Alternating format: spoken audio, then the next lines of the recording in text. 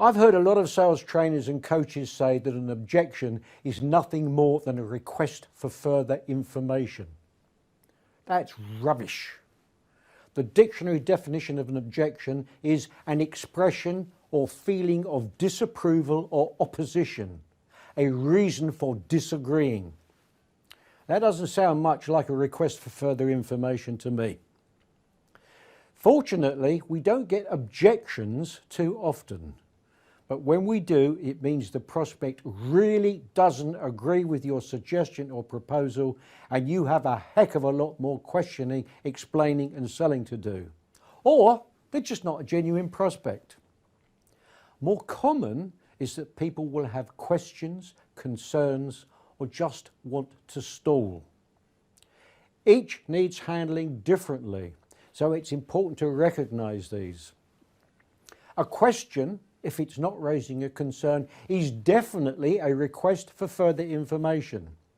It means they have an interest, and it shows in their facial expression. Their eyes widen a little bit, their voice usually raises in tempo and pitch, and their body language remains open to you. Learn to recognize those signs and willingly and professionally provide that information. A concern means they are indeed concerned. Let's face it, every purchase has some degree of risk attached to it, even if it comes with a guarantee. It may not do what you say it will do. It may not last as long as you say it will last. It may not produce the results you say it will.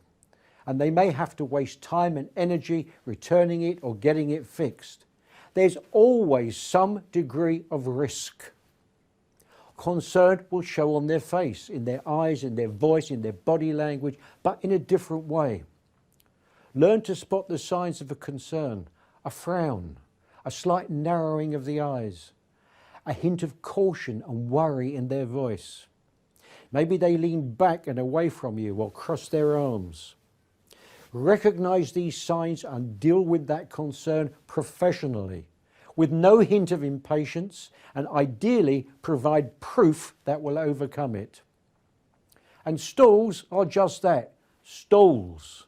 They either don't have the nerve to tell you they really don't like it and don't want it, or they're really unsure and want to think about it, but probably won't. I'll deal with stalls in another video. So for the moment, just be sure you can differentiate between an objection, a question and a concern, because they do need to be handled very differently.